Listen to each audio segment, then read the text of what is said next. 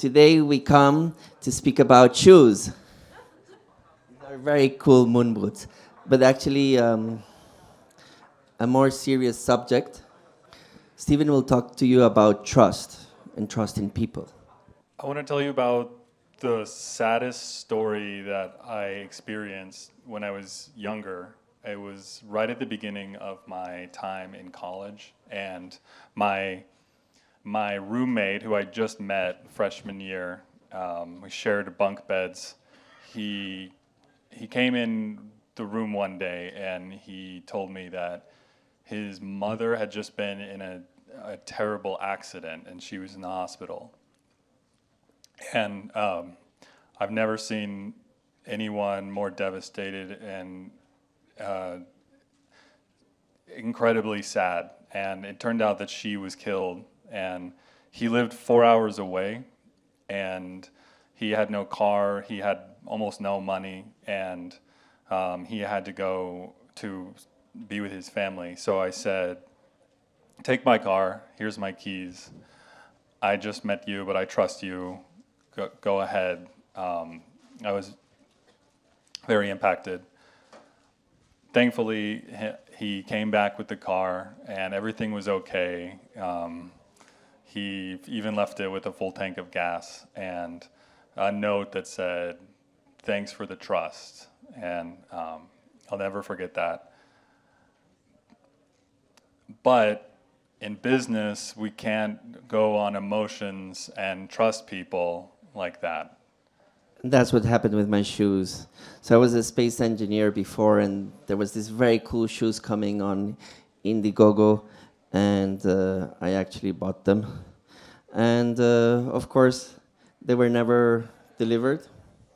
So my Moonwalker shoes were never delivered, and that was the problem of Kickstarter and Indiegogo and trusting companies without. So actually, they scammed $250,000, not only me.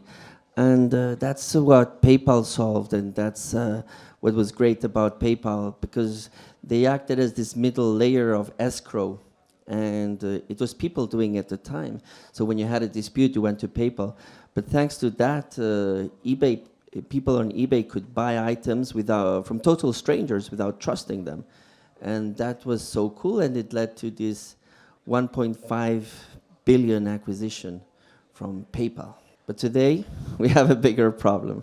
1.5 billion was a big number back then, and it's still pretty big. That was Web 1.0 days. Now we're in Web 4.0 with agents. And look at this number. This is $20 trillion of a problem that we're facing now. Can you hear that? $20 trillion problem. And that's AI agents are now trading, and they're paying each other, and they're entering into the market. And that's not just thousands or millions, but that will be billions of automated economic actors that you might be transacting with already, and soon might be transacting, and way more than everyone. It's a huge problem. With AI agents transacting, it's this peer-to-peer transaction, this trust, like he trusted his friends with his car. And Ethereum, I was very lucky. I got into Ethereum very early. I was speaking with Vitalik, and he was pushing me to buy 20,000 Ethereum, which I happily did, at 27 cents per Ethereum. And but how he described it, create a Kickstarter app where the funds are delivered when the minimum is reached. It was so cool because I knew Kickstarters weren't very good, you know.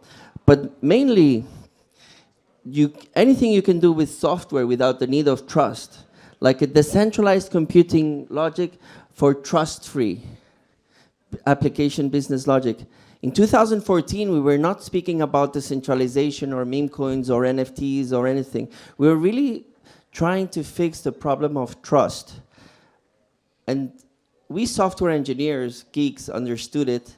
But my colleagues from ex-Goldman Sachs people, these bankers, they said things like, I have read a bit about it and it seems intriguing, but it's all about traction with this stuff. And this stuff, what he's referring to, this stuff is Ethereum, you know, like, yeah, go ahead.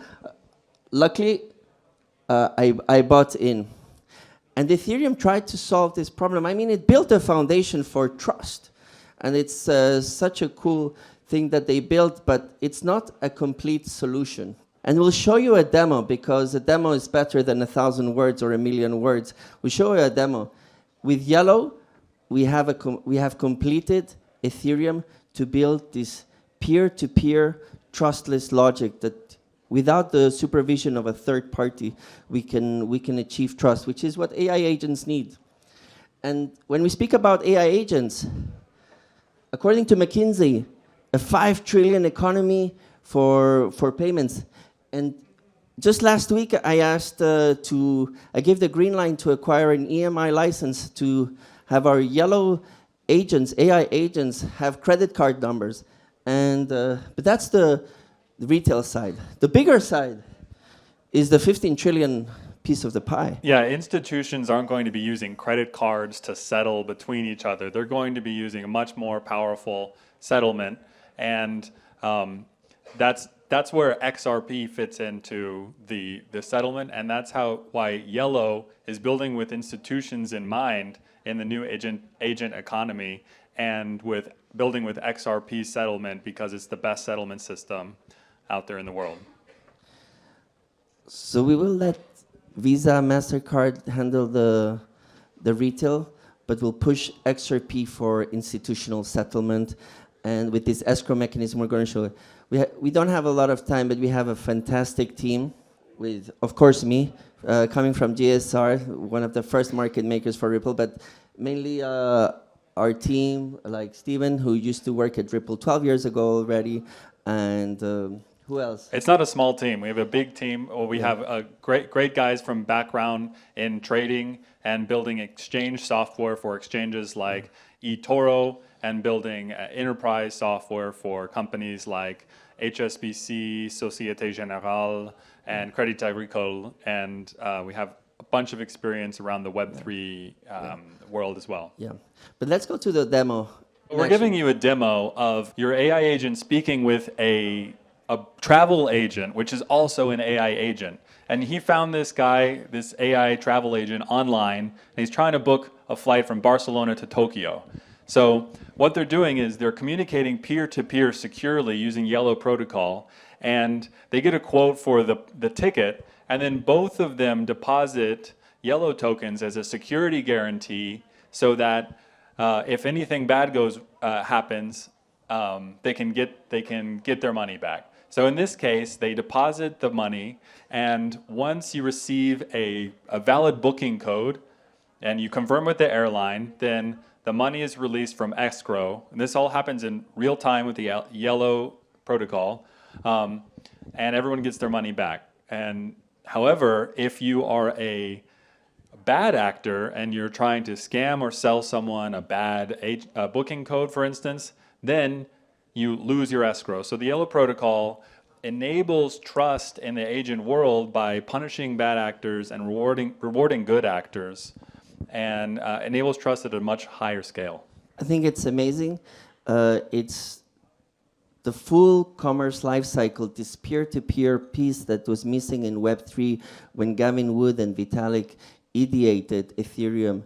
And now, thanks to Yellow, we will have this peer-to-peer economy that AI agents is the perfect, because AI agents, you can't have a third-party blockchain supervising billions of AI agents. We need this peer-to-peer trustless layer for them to be able to transact. It's a huge economy, and we hope that XRP is going to be part of it for the institutional settlement part.